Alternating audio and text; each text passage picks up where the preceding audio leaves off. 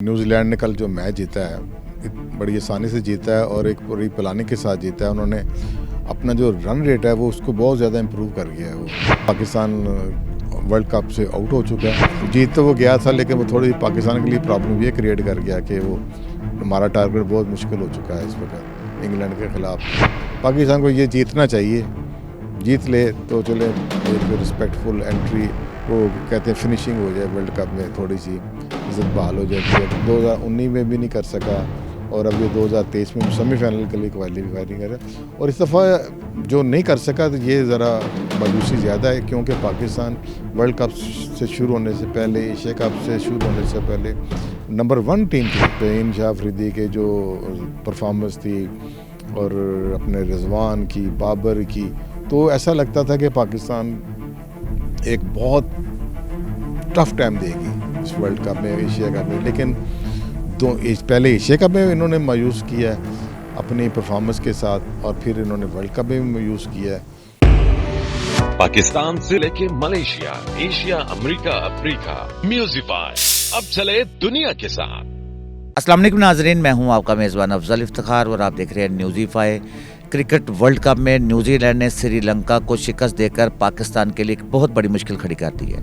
इस वक्त हमारे साथ पाकिस्तान के सीनियर स्पोर्ट्स जर्नलिस्ट मोहम्मद यकूब हैं। यकूब साहब, पाकिस्तान टीम का मुस्तकबिल क्या होगा? पाकिस्तान का मैच इंग्लैंड के साथ है, आप कैसे देखते हैं? हाँ जी, शुक्रिया अफजल इफ्तिखार साहब। ये जो न्यूजीलैंड ने कल जो मैच जीता है बड़ी आसानी से जीता है और एक पूरी प्लानिंग के साथ जीता है। उन्होंने अपना जो रन रेट है वो उसको बहुत ज़्यादा इम्प्रूव कर गया है। वो तो पहले तो पाकिस्तान को था कि इंग्लैंड के ख़िलाफ़ कोई 130 रन से फतह हासिल करता या 35 ओवरों में रन चेज़ कर ले, टोटल चेज़ कर लेता। अब तो वो मेरे ख्याल में वो 287 तक पहुंच चुका है कि पाकिस्तान 287 से इंग्लैंड को हराए और चेज़ करने में भी कोई बड़े 3-4 ओवरों में चेज़ कर जाए तो ये लगता तो नामुमकिन सा है क्रिकेट में। तो कल जो न्यूजीलैंड ने अपनी ना सिर्फ अपनी सेमीफाइनल में जगह पक्की की है बल्कि रन रेट बढ़ाकर पाकिस्तान की प्रॉब्लम्स भी बहुत ज़्यादा बढ़ा दी हैं।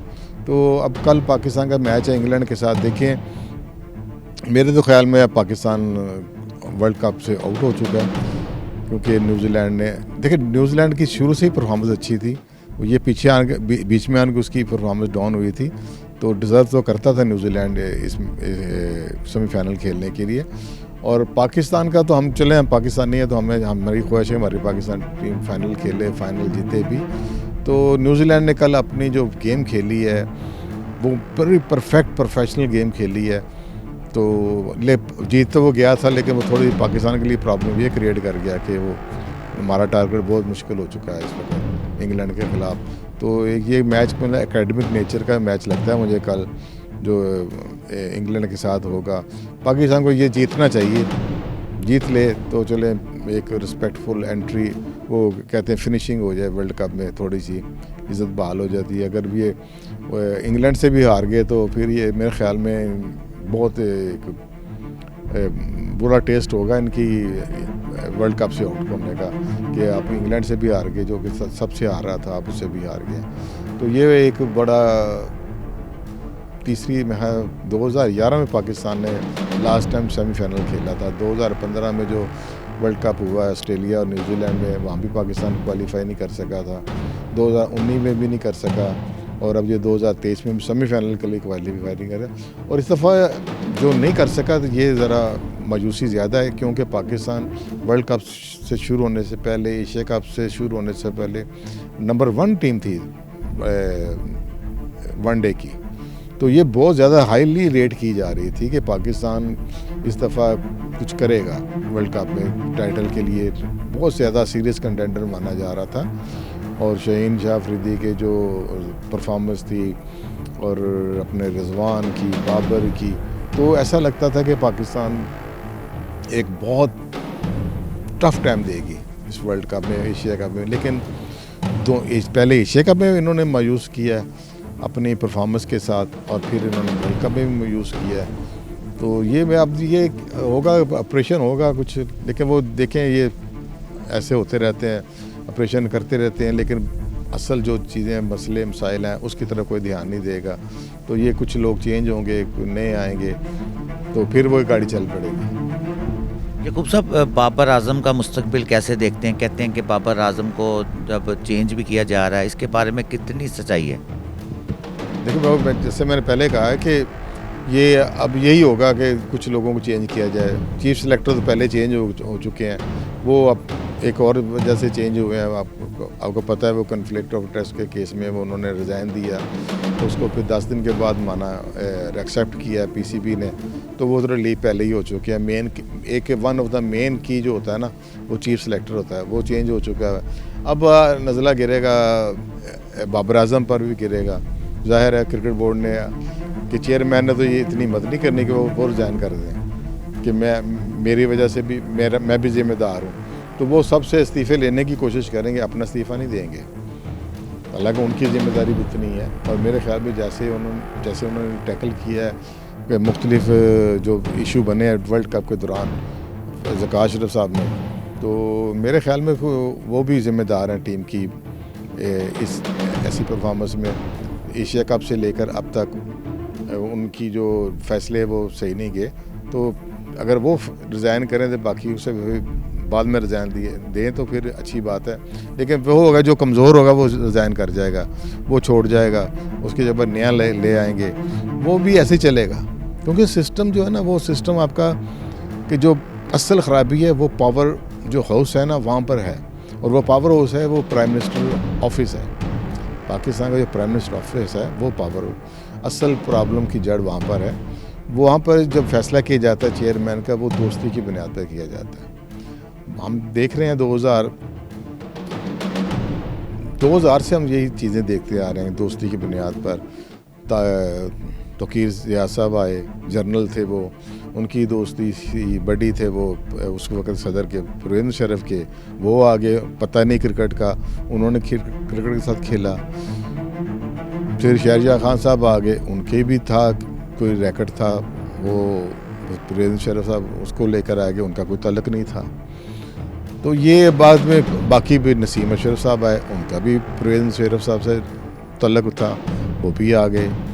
यानी कि इनका क्रिकेट के साथ तल्लक नहीं था, परवेज़ मुशर्रफ के साथ तल्लक था। ये तीनों अपॉइंटमेंट हुई हैं परवेज़ मुशर्रफ का तल्लक, क्रिकेट के साथ क्लब लेवल का तल्लक भी नहीं था। तो आए, बर्बादी हो रही थी। फिर उसके बाद फिर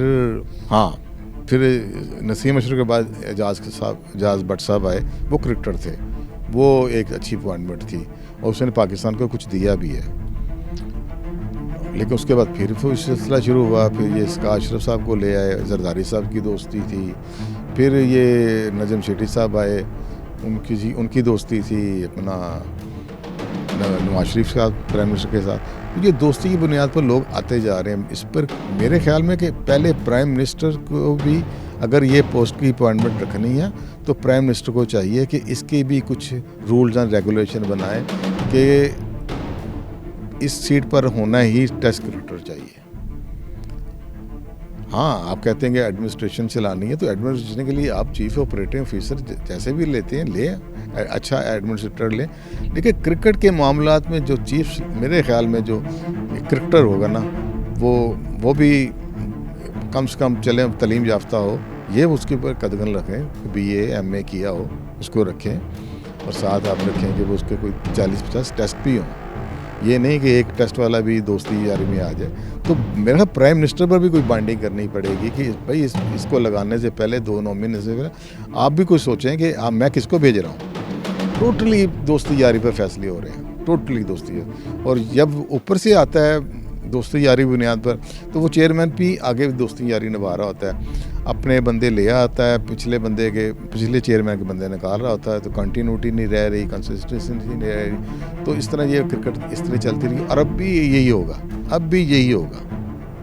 अब देख लीजिएगा, कुछ लोगों को निकाला जाएगा, कुछ लोगों को नया लाया जाएगा, और अब मीडिया भी ये खबरें देकर तो खामोश हो जाएगा, ना कोई प्रॉपर इंक्वायरी होगी। यहाँ तो कोई इंडिपेंडेंट बोर्ड बैठे ना, जो इंक्वायरी बोर्ड बनाएगा वो भी बैठाएगा, वो चेयरमैन खुद बना लेगा, PCB चेयरमैन खुद। तो जब वो खुद ही बनाएगा तो वो उसने चेयरमैन को कहाँ से इन्वॉल्व करना है कि इसकी कितनी जिम्मेदारी थी।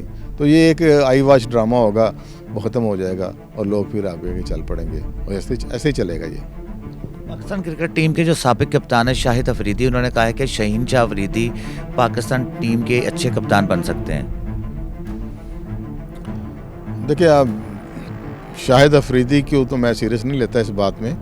अगर आप शाहिद अफरीदी का पिछला माजी देखें एज ए कैप्टन तो बहुत ही मायूस कौन है।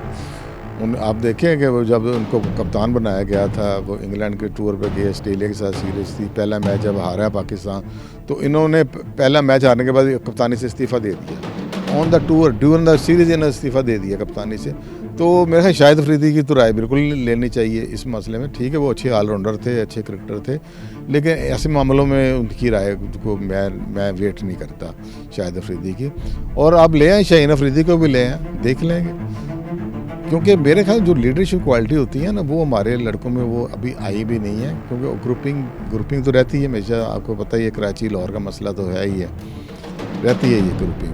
तो मैं नहीं समझता कि कोई शाहीन अफरीदी बहुत आउटस्टैंडिंग कप्तान होंगे।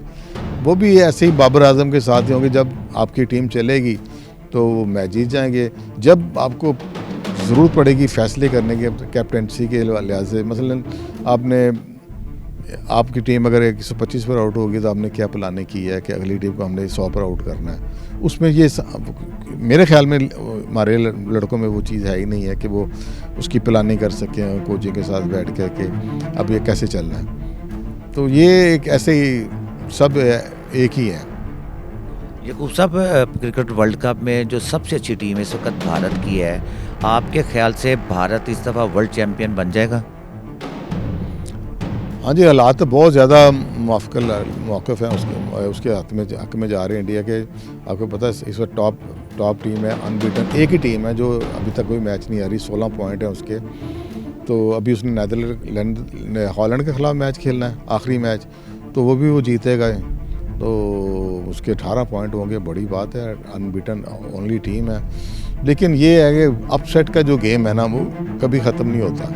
अपसेट जो है ना वो चलता रहता है, किसी भी मैच में अपसेट हो सकता है। तो वो अपसेट को मैं गुंजाइश एक तरफ रखते हुए मैं समझता हूँ कि इंडिया इस वक्त परफेक्ट पोजीशन में है, could lift the cup second time at home और ओवरऑल थर्ड टाइम। उन्होंने 83 में जीता है, उन्होंने फिर अपने घर पे 2011 में भी जीता था और अब उन्होंने फिर वो उसी पोजीशन में है कि उसको जीत जाए। लेकिन आप अगर अपसेट की चीज़ रखें तो न्यूजीलैंड भी उसको अपसेट कर सकता है। मेरा ख्याल अब उनका मुकाबला न्यूजीलैंड के साथ ही होगा सेमीफाइनल में। न्यूजीलैंड की एक टीम है ऐसी कि जो अपसेट कर सकती है। तो अपसेट ना हो तो इंडिया वर्ल्ड कप का फेवरेट मेरे ख्याल में इस वक्त कंटेंडर है और बाकी कोई टीम उसके साथ मैच नहीं कर रही। जैसे आपने देखा भी है पिछले मैचों में साउथ अफ्रीका की बैटिंग उनके सामने नहीं चली, ऑस्ट्रेलिया की बैटिंग उनके सामने नहीं चली, न्यूजीलैंड ने थोड़ा सा टफ टाइम दिया था, तो बाकी कोई भी नहीं, अफगानिस्तान उसके सामने चला, पाकिस्तान नहीं चला उसके सामने। तो इस पर इंडिया की अल्लाह ही जानता है अब क्या। लोग कहते हैं कि कोई बॉल का भी उनको मिल रही है, कोई ऐसी डिफरेंट बॉल मिल रही है कि वो ज़्यादा स्विंग करती है। लेकिन देखें, अपसेट वही बात है कि अपसेट ना हुआ तो इंडिया ही जो है ना वो फेवरेट है मेरे ख्याल में। यकूब साहब, आईसीसी ने रैंकिंग जारी की है जिसमें बाबर आजम अपनी रैंकिंग से नीचे आ गए हैं, इसकी क्या वजह है? देखिए, ये रैंकिंग जो ना ये हर महीने चलती रहती है, ऊपर नीचे लोग होते रहते हैं। थोड़ी सी उसकी परफॉर्मेंस जब डाउन हुई है तो वो उसकी रैंकिंग नीचे जाएगी। लेकिन कल को फिर वो उसने कुछ सेंचुरी 2 सेंचुरी कर ली तो वो फिर आ जाएगा। लेकिन वो टॉप बैट्समैन में तो है ना, जैसे आपका शाहीन अफरीदी वो टॉप बॉलर्स में है, 1 2 3 होता रहता है। तो ये इतनी सीरियस नहीं लेना चाहिए इस चीज़ को। ये हर महीने की रैंकिंग है, बड़ी माइक्रो चीज़ें देकर वो बनाते हैं, तो ये नीचे ऊंचे होती रहती है, कोई ऐसे इतना बड़ा मसला नहीं है ये। बहुत बहुत शुक्रिया यकूब साहब। और पाकिस्तान वर्ल्ड कप में अब फाइनल का मैच तो मुश्किल नज़र आता खेलता हुआ, और देखते हैं कल पाकिस्तान इंग्लैंड को हरा कर कितने पॉइंट्स हासिल करता है, या पाकिस्तान इंग्लैंड को हरा भी सकता है या नहीं हरा सकता, और ये तो कल आने वाला वक्त ही बताएगा। इसी के साथ मोहम्मद यकूब को और अफजल इफ्तिखार को इजाज़त दीजिए। अल्लाह हाफ़िज़।